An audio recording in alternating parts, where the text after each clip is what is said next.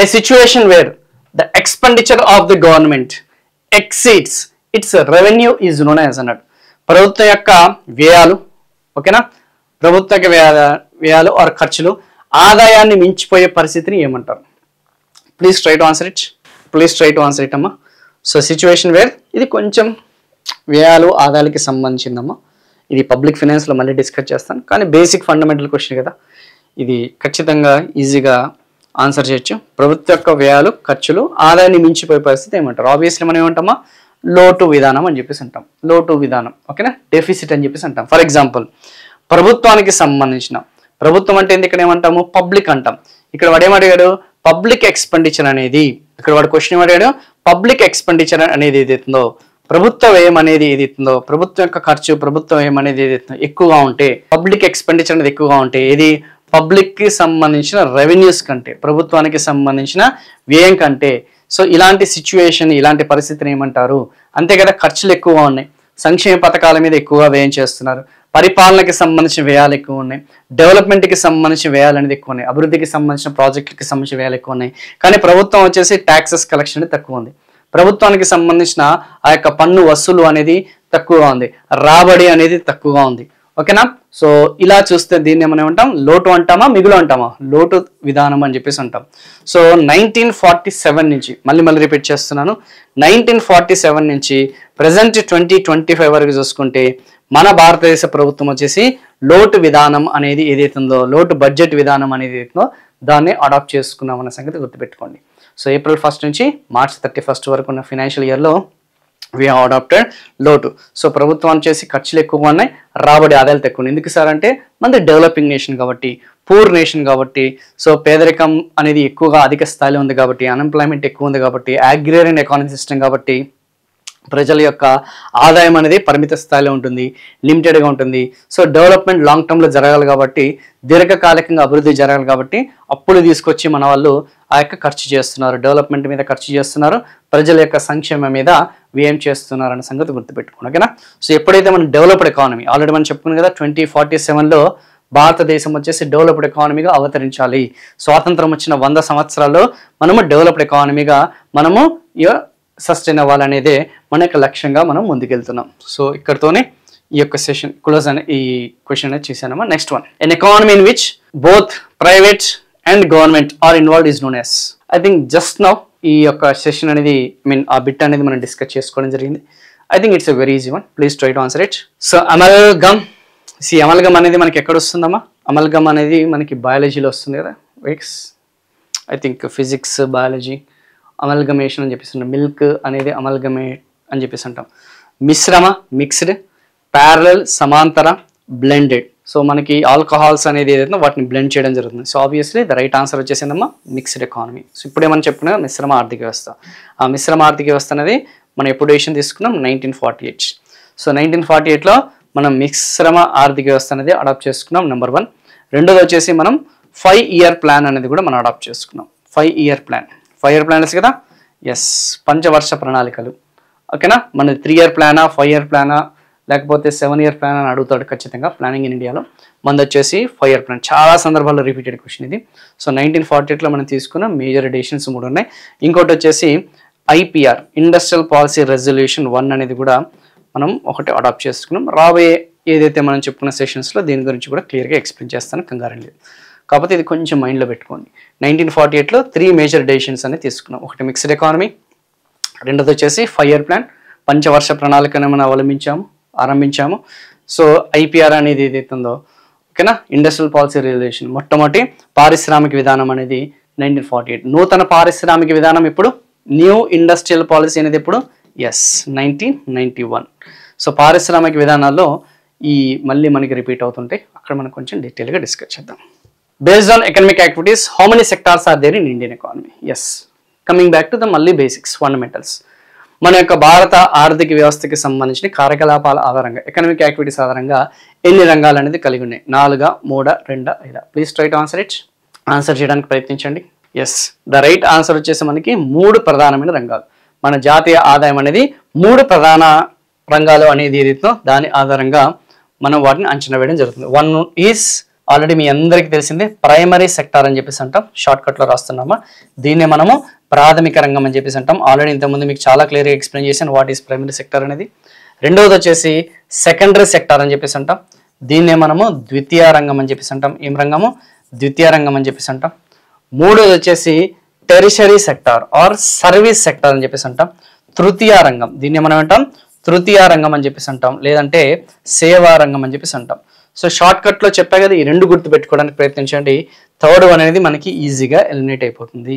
ఈ రెండు వచ్చేసి వస్తువులు, గూడ్స్ కి సంబంధించింది అని చెప్పేసి అన్నాను. ఇది వచ్చేసరికి సేవలకి సంబంధించింది, సర్వీస్ సెక్టార్కి సంబంధించింది.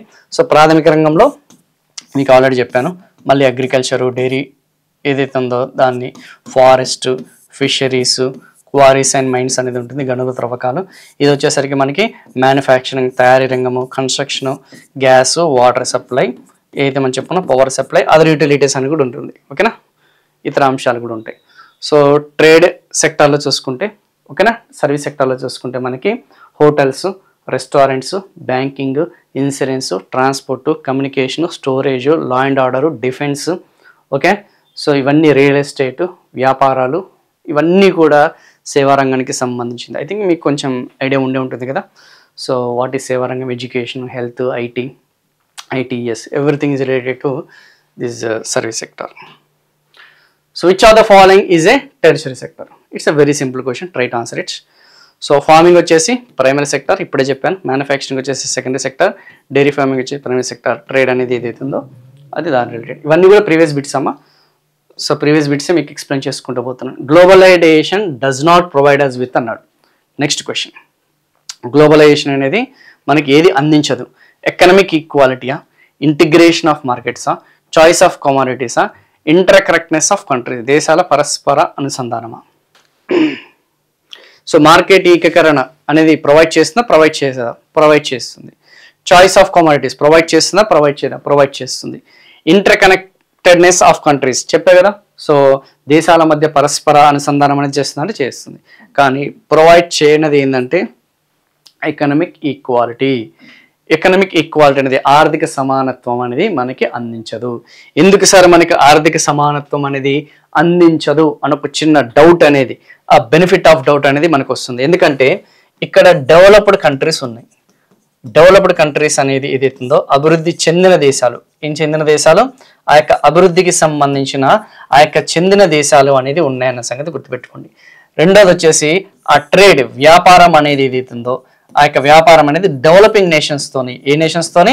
డెవలపింగ్ నేషన్స్తోని జరుగుతుంది. అభివృద్ధి చెందుతున్న దేశాలతోని, ఏ దేశాలతోని? అభివృద్ధికి సంబంధించిన ఆ యొక్క చెందుతున్న దేశాలు ఏదైతే ఉన్నాయో ఆ యొక్క అభివృద్ధికి సంబంధించిన ఆ యొక్క చెందుతున్న దేశాలకి జరుగుతుందని అనుకుందాం. Let us assume. సో అభివృద్ధి చెందిన దేశాలు, అభివృద్ధి చెందుతున్న దేశాల మధ్య ఆ యొక్క ట్రేడ్, వాణిజ్యం అనేది జరుగుతుంది. ఇద్దరి మధ్య ఆ యొక్క వాణిజ్య ఒప్పందం అనేది ఉంది. అయితే డెవలప్డ్ కంట్రీస్ అనేది ఎక్కువగా ప్రొడ్యూస్ చేసేదేవి? ఆబ్వియస్లీ హై వాల్యూ గుడ్స్ అనేది ప్రొడ్యూస్ చేస్తుంటారు. లైక్ క్యాపిటల్ గుడ్స్, మూలధన వస్తువులు అనేది ఏదైతుందో, క్యాపిటల్ గుడ్స్ అనేది ఏదైతుందో, సో మూలధన వస్తువులు ఏదైతుందో like machinery, equipment, technology related ఏదైతుందో, సో అడ్వాన్స్డ్ గుడ్స్ ఏదైతే అవి ప్రొడ్యూస్ చేస్తుంది. అయితే డెవలపింగ్ కంట్రీస్ అనేది ఏ ప్రొడ్యూస్ చేస్తుంది? మ్యాక్సిమం వీళ్ళు ఎక్కువగా చూసుకుంటే అగ్రికల్చర్, తెలుసు కదా.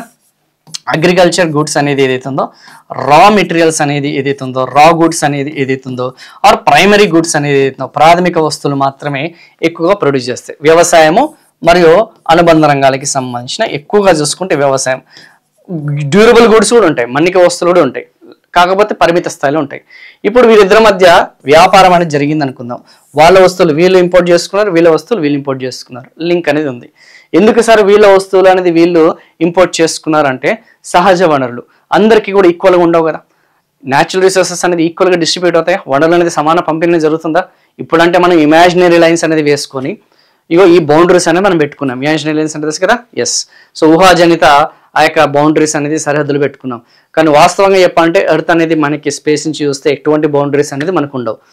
సో రిసోర్సెస్ అనేది మనకి ఈక్వల్గా వనరులు అనేది డిస్ట్రిబ్యూట్ అవ్వలేదన్న సంగతి గుర్తుపెట్టుకోండి. కొన్ని చోట్ల వనరులు అనేది అబండెంట్గా ఉన్నాయి, కొన్ని చోట్ల స్కేర్స్గా ఉన్నాయన్న సంగతి గుర్తుపెట్టుకోండి. లోటుగా కొన్ని చోట్ల, లేకపోతే మిగులు అనేది అధిక స్థాయిలో కొన్ని చోట్ల ఉన్నాయి. సో ఖచ్చితంగా ప్రతి దేశం, ప్రపంచంలో ఏ దేశమైనా సరే ఇంకొక దేశంతో వ్యాపార వాణిజ్య కార్యకలాపాలు అనేది ఖచ్చితంగా వాళ్ళు ఈ యొక్క చేసుకోవాల్సిందే, ఆ యొక్క ట్రేడ్ రిలేషన్స్ అని చేసుకోవాల్సిందే.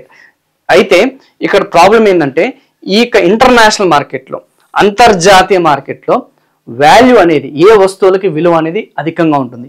ఆబ్వియస్లీ హై టెక్నాలజీ గూడ్స్ అనేది ఏదైతుందో, అధిక సాంకేతికతతో కూడిన హై టెక్నాలజీ గూడ్స్ అనేది ఏదైతుందో, ఆ హై టెక్నాలజీ గూడ్స్ అనేది ఎక్కువగా మనకి ఆబ్వియస్లీ వీటికి వాల్యూ అనేది ఎక్కువ ఉంటుంది. సో వీళ్ళు ఎక్స్పోర్ట్ చేస్తారు.